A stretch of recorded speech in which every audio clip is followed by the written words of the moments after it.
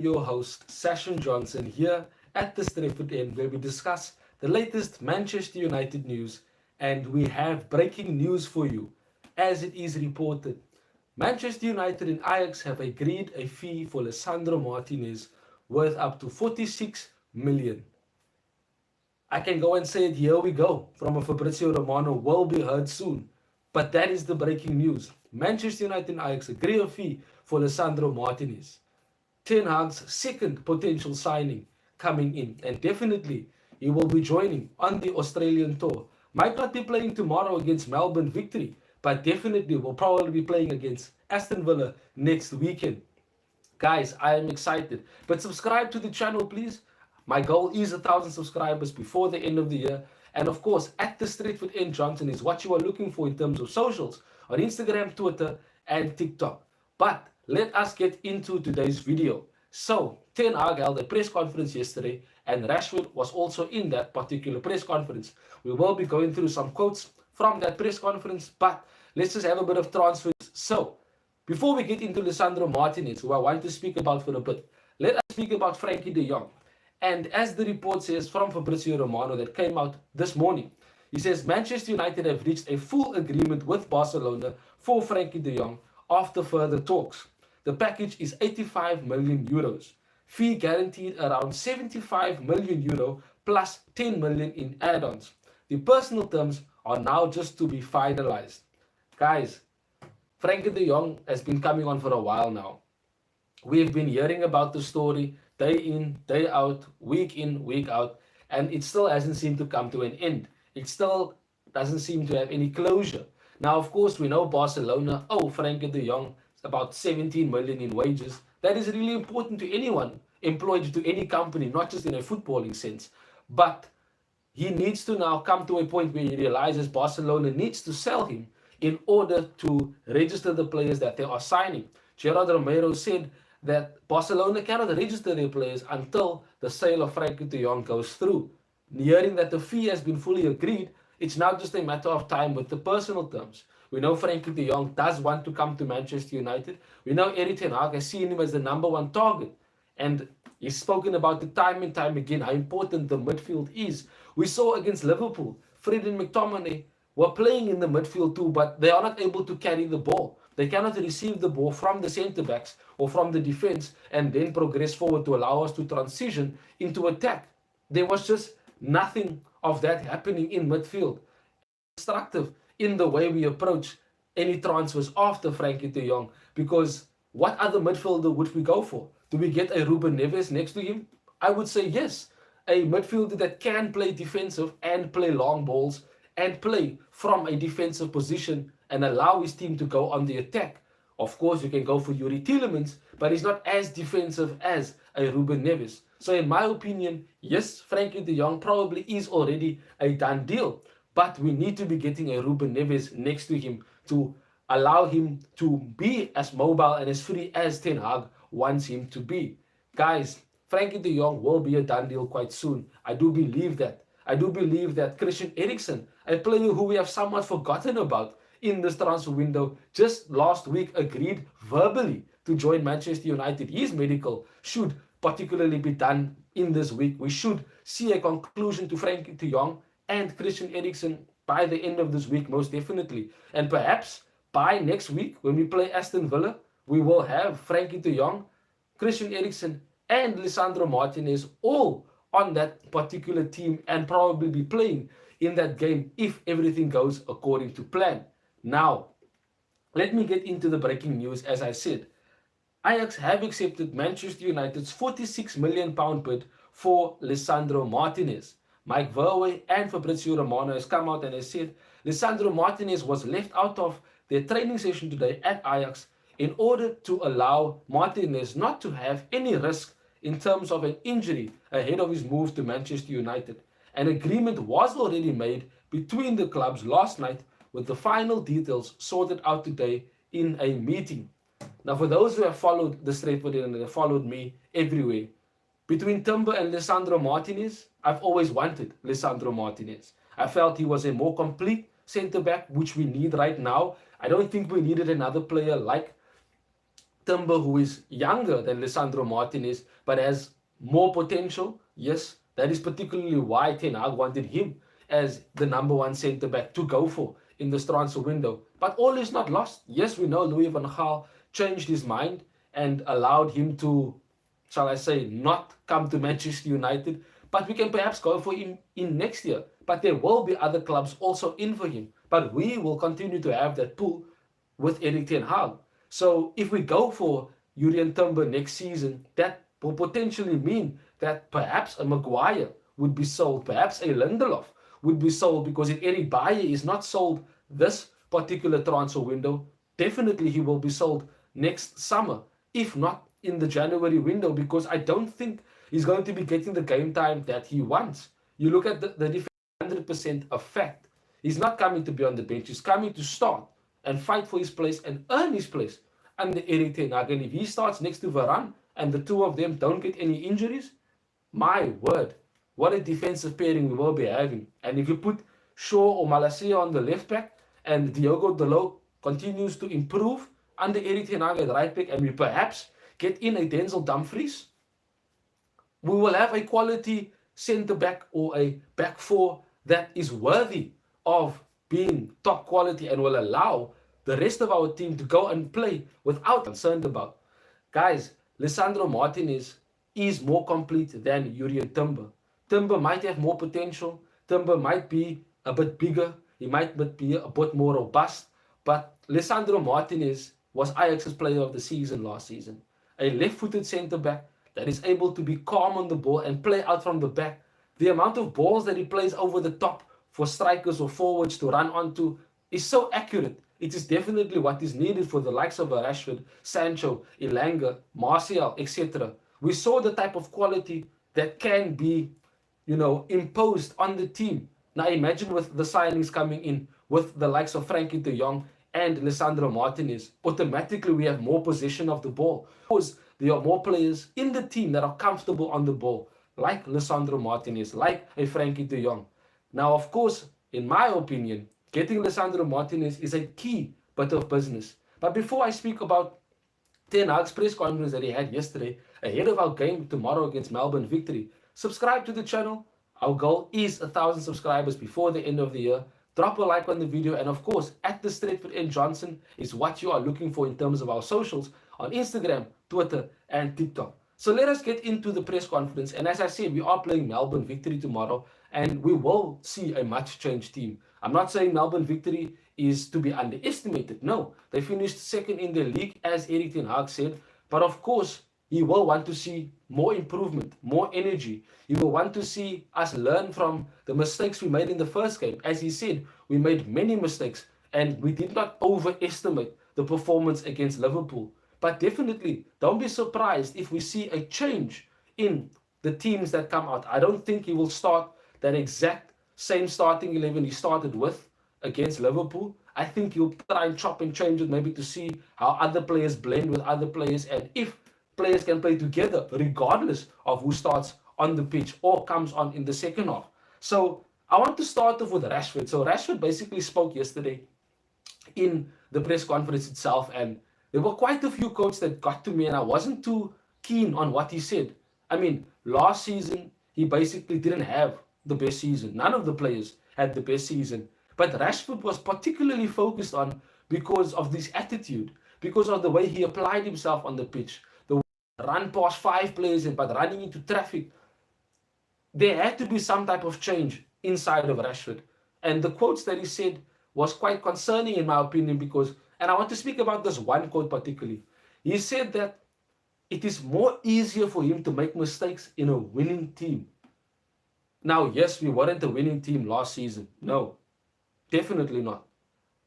But it doesn't mean that because we were not a winning team, you could make mistakes. Yes, your mistakes were more focused on, but now that we are looking to project and become a winning team, a competitive winning team, that doesn't mean that you can now make mistakes. It doesn't mean that you can make mistakes now and try and be better. No, surely not. There has to be accountability taken for your bad performances, for your bad attitude, and for your lack of effort. We cannot try and escape and use it. Oh, last season we need to forget about it. Oh, no, I won't forget about last season. I cannot forget about last season. It's impossible. The way these players apply themselves on and off the pitch, their lack of effort, their toxic behaviors in the dressing room and leaking it to the media. I, for one, cannot forgive them for last season. And I only want to see results on the pitch and improvement by these players when the season starts. I don't care what happens in pre-season. We could destroy Melbourne Victory tomorrow with 10-0. I don't care. I want to see style of play improving. I want to see us defend well. I want to see us have interplay. I want to see us have possession of the ball up to at least 70% or more, the way Erik ten Hag had it at Ajax, and I best believe that is the way he wants it at Manchester United. But let me get into the quotes that Rashford has given, and he said, it is part of it, the negativity around the club, but it's not an excuse. We play for a big club, and we are expected to win, as we should. We have to work really hard to improve. Training has been tough. A lot of downtime is due to rest and recovery. That is the life we live. When we have time to enjoy ourselves, we will. We will use our time in pre-season to get the best version of each other, individually and as a team. If we do that, we will be ready to start the season. Sounds like a guy who was told to say all these things in a script. I want to see performance on the pitch, Marcus Rashford. I want to see a change in attitude from you on the pitch. If you improve under Ten Hag, hats off to you. If you become a better player under Ten Hag. But I will not forget your lack of effort in last season. I will not forget the way you applied yourself. So I want to see an improvement on the pitch. Talk is cheap, as they say. So your actions on the pitch will speak louder than the words that you have said. Let's now go into Ten Hag and what he said in the press conference. And he said, I was really happy. We have a good left side, but we always have a threat on the right. You want to have weapons. When it is only on one side, it is predictable. It has to be on the right and the middle. It's not rocket science. We have so much attacking depth on the left, but on the right hand side and in the middle, we do lack in terms of weapons, as Erik ten Hag said. We know Sancho can play on the right, but Rashford cannot play on the right to save his life. Do we go and depend on someone like Ahmad Pelistri, who came in and showed a very good performance? Perhaps Pelistri or Ahmad might be fighting for a squad place this particular season. But Anthony needs to be a player that we are going for, regardless whether Ronaldo leaves or stays. We need to go and get Anthony in order to have an out-and-out right winger. And a bonus is left-footed. We don't have that at the club. Ahmad is the only player who we have. Will Ahmad be in the squad? I don't know. Will Pelistri be in the squad? We don't know. These are players with big futures, high potential, but it's the way they apply themselves. It's the way they impress Erik ten Hag in this pre-season. James Garner, another one in defensive midfield, who can play as a deep-lying playmaker. Perhaps he could play next to Frankie de Jong if we don't get in a Ruben Neves. But he will need to improve and he will need to show himself to Erik ten Hag. That is a definite. We might see him tomorrow in the friendly against Melbourne because he was injured for the first game. But all ifs, buts and maybes. It's only going to take a few more moments for us before we actually start taking that steps moving forward to becoming a more consistent winning team. We will start seeing a more clearer Manchester United team, first team under Erik ten Hag, closer to our first game of the season at Old Trafford against Brighton. Maybe against Rayo Vallecano, we might be seeing a strong team. But 100% sure, we need to get another player in right wing, which is Anthony, regardless whether Ronaldo leaves or stays. He was asked about Donny van de Beek, and this is what he had to say. He can do both, play deep and play high. I know that from the past. His best position is in the box of the opponent and playing just behind the striker. He has a really good smell for being in the right position. Now, but Donny van de Beek, knowing that he can play as a deep line playmaker, he can't play next to Frankie de Jong because who's going to be the defensive midfielder focused on breaking play? Yes, if we have possession of the ball against lesser teams, if I have to say so myself, then perhaps Donny will play next to Frankie de Jong so that we have more ball players to have more possession and create more chances. But against a City, Liverpool, Chelsea, who are actually improving with their signings, Kalidou Koulibaly, Raheem Sterling, etc., if we don't have a midfielder in defense that can break down play and allow us to go and play, it's going to be difficult for us to have possession of the ball against these teams in these big games. We cannot have two deep lying playmakers. One needs to be breaking down the play in order for us to have confidence to hold onto the ball when we do lose it. Now, of course, a high press can, change that particular attack in a game. We can play with Frankie and Donny and allow them to push up like we did against Liverpool. But what happens when they break through that? Donny doesn't have the pace to recover. He doesn't have the sense of mind to be able to close down space and be, shall I say, a Michael Carrick, marking space and intercepting the ball. He can do it, but he's not as good as a Michael Carrick. This is why we need a Ruben Neves, perhaps next to Frankie de Jong, who can do that and who can tackle quite well and cleanly. Now, of course, there are other midfielders. Konrad Laimer, another one from Leipzig. Bayern Munich have ruled out signing them because Leipzig does not want to sell to Bayern Munich. He's available for 20 million. Can we go and get him to play next to Frankie de Jong, if not alone? We will have to wait and see what other midfielder we sign after Frankie de Jong. So, more on Ten Hag's quotes from his press conference yesterday. Subscribe to the channel, please, for those who are here watching me on the video. Thank you. 1,000 subscribers is my goal before the end of the year. And of course, at the Stretford Johnson is what you are looking for on Instagram, TikTok, and Twitter. So, Ten Hag on the young players said that Manchester United are famous about it, bringing young talent through into the first team.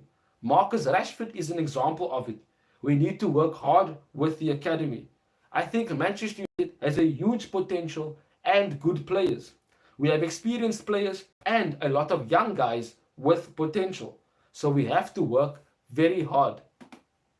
We want to see improvement in our young players. The likes of Shoretire, Hannibal Mabry, Zidane Iqbal, Charlie Savage, which we saw, Pelistri, Ahmad. But we have so many young players, only a few of them can take up a place in the first team squad. So who's going to stay? Who's going out on loan? You can let me know in the comments. But of course, these players have to show themselves to deserve a place in Erik ten Hag's squad for this particular season.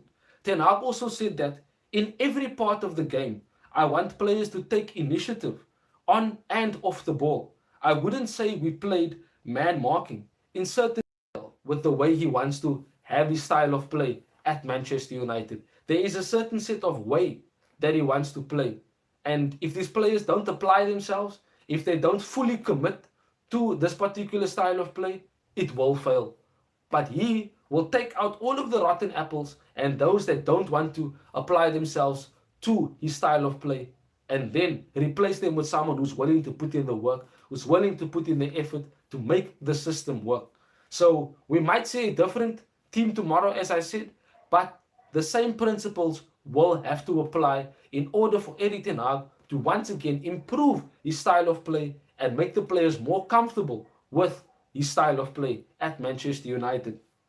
He also said that we are happy with this game. It is a different opposition. Melbourne Victory now.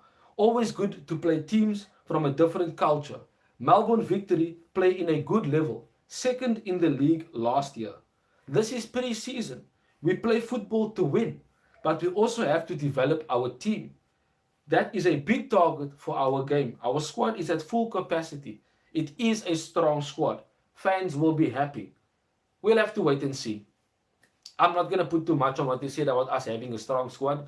When the transfer window closes, then I will go and assess the squad and see if it is a strong squad. Guys, thank you for joining me. Subscribe to the channel, please. It really does help. 1,000 subscribers is my goal for the end of the year. I am your host, Sashin Johnson. Thank you for joining me. Till we speak again soon, Red Devils. Have a wonderful day further. And don't forget, breaking news.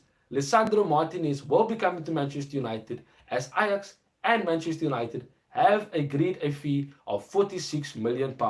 Have a wonderful day, Red Devils. Bye-bye.